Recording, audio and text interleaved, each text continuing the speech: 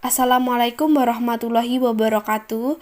Selamat pagi. Hari ini kita akan membahas bab baru, yaitu bab tentang kesetimbangan kimia. Pada pertemuan hari ini kita akan membahas subbab materi, yaitu tentang konsep kesetimbangan dinamis. Sebelum mempelajari kesetimbangan dinamis, terlebih dahulu kita harus mengetahui jenis-jenis reaksi. Jenis reaksi berdasarkan arahnya dibagi menjadi dua, yaitu reaksi satu arah atau reaksi irreversibel. Yang kedua yaitu reaksi dua arah atau reaksi reversibel. Kita bahas satu-satu. Yang pertama, apa itu reaksi searah? Reaksi searah ciri-cirinya yang pertama, persamaan reaksi ditulis dengan satu anak panah ke arah produk atau ke kanan seperti simbol yang telah ditulis. Yang kedua, reaksi akan berhenti apabila salah satu atau semua reaktan habis. Sehingga pada ciri yang ketiga, produk tidak dapat bereaksi kembali menjadi reaktan. Contohnya yaitu reaksi KOH ditambah dengan HCl berubah menjadi KCl plus H2O. Nah, ditandai dengan arah hubung yaitu arah anak panah ke arah kanan, sehingga KCl dan H2O ini tidak dapat berubah menjadi KOH plus HCl, tidak dapat kembali. Yang selanjutnya yaitu reaksi dua arah. Reaksi dua arah ini memiliki ciri-ciri yang pertama, persamaan reaksi ditulis dengan dua anak panah dengan arah yang berlawanan, seperti simbol di dalam PPT. Yang kedua, reaktan bereaksi membentuk produk dan produk dapat kembali menjadi reaktan. Yang ketiga, reaksi ke arah produk atau ke arah kanan disebut reaksi maju, sedangkan reaksi ke arah reaktan atau ke arah kiri disebut dengan reaksi balik. Contohnya yaitu adalah reaksi NH3 berubah menjadi N2 plus 3H2. Di sini kita lihat bahwa penghubungnya yaitu dua arah panah yang berlawanan. Apabila ke kanan disebut reaksi maju, apabila ke kiri disebut reaksi balik.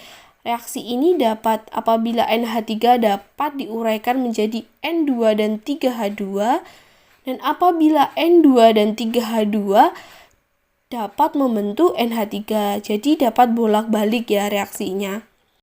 Selanjutnya, untuk memahami apa itu kesetimbangan dinamis, maka kita perhatikan ilustrasi air dalam sistem tertutup.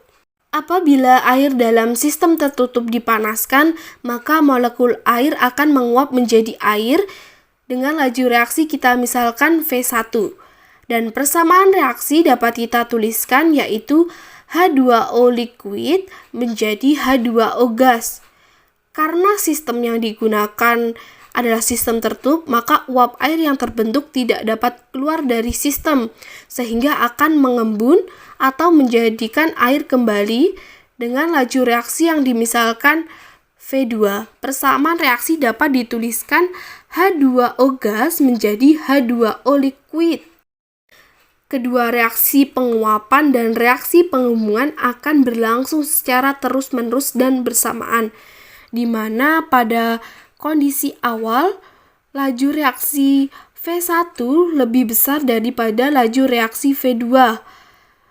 Namun dalam kondisi tertentu maka akan mengalami kesetimbangan dinamis sehingga laju reaksi V1 sama dengan laju reaksi V2.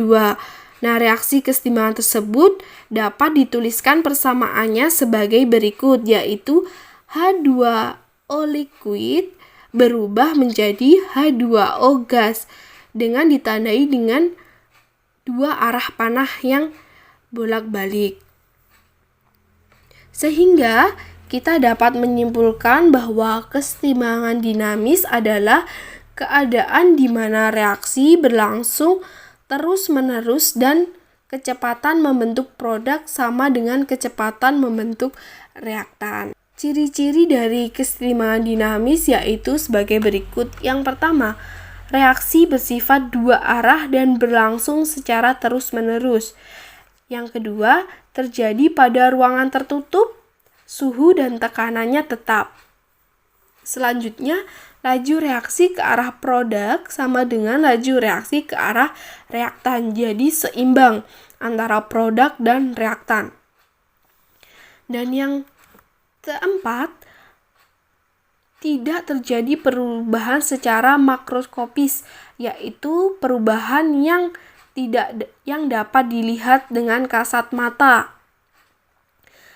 Tetapi kesetimbangan dinamis terjadi perubahan mikroskopis.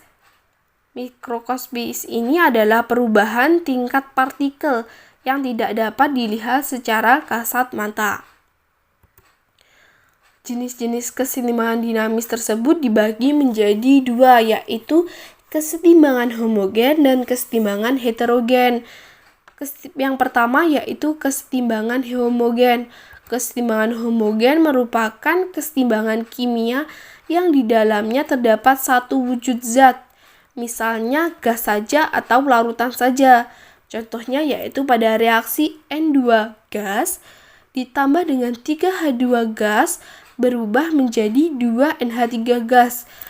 Dalam reaksi tersebut hanya terdapat satu fasa, yaitu fasa gas saja. Dan selanjutnya yaitu adalah kesetimbangan heterogen. Kesetimbangan heterogen yaitu kesetimbangan kimia yang di dalamnya terdapat berbagai macam wujud zat, misalnya gas, fasa padat, fasa cair, atau fasa larutan. Contohnya pada reaksi C dengan fasa padat atau solid ditambah H2O dengan fasa gas berubah menjadi CO fasa gas plus H2 fasa gas. Nah, pada reaksi tersebut terdapat dua fasa, yaitu fasa solid atau fasa padat dan fasa gas, sehingga dikatakan sebagai kesetimbangan heterogen. Kesetimbangan dinamis, reaksi akan mengalami beberapa kemungkinan, yaitu contohnya pada reaksi C plus H2O berubah menjadi CO plus H2 akan mengalami kemungkinan pertama, yaitu konsentrasi produknya akan lebih besar daripada konsentrasi reaktannya. Dapat dilihat pada gambar grafik tersebut. Dan kemungkinan yang kedua, konsentrasi produknya lebih kecil daripada konsentrasi reaktannya.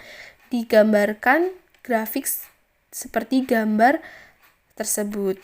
Dan kemungkinan yang ketiga, konsentrasi produknya akan lebih sama dengan konsentrasi reaktannya. Digambarkan sebagai berikut. Berdasarkan dari kemungkinan kesetimbangan tersebut, dapat kita ketahui bahwa konsentrasi produk dan konsentrasi reaktan sama-sama akan mengalami kesetimbangan. Dapat dilihat dari ketiga grafik tersebut, yang pada awalnya mengalami pengurangan atau penambahan, namun lama-kelamaan setelah mengalami kesetimbangan dinamis akan dapat berjalan secara konstan. Nah, perbandingan jumlah reaksi dan hasil reaksi dapat dinyatakan dalam tetapan kesetimbangan. Tetapan kesetimbangan tersebut dibagi menjadi dua, yaitu tetapan kesetimbangan berdasarkan konsentrasi dan tetapan kesetimbangan berdasarkan tekanan parsial. Nah, tetapan kesetimbangan tersebut akan kita bahas pada pertemuan minggu depan.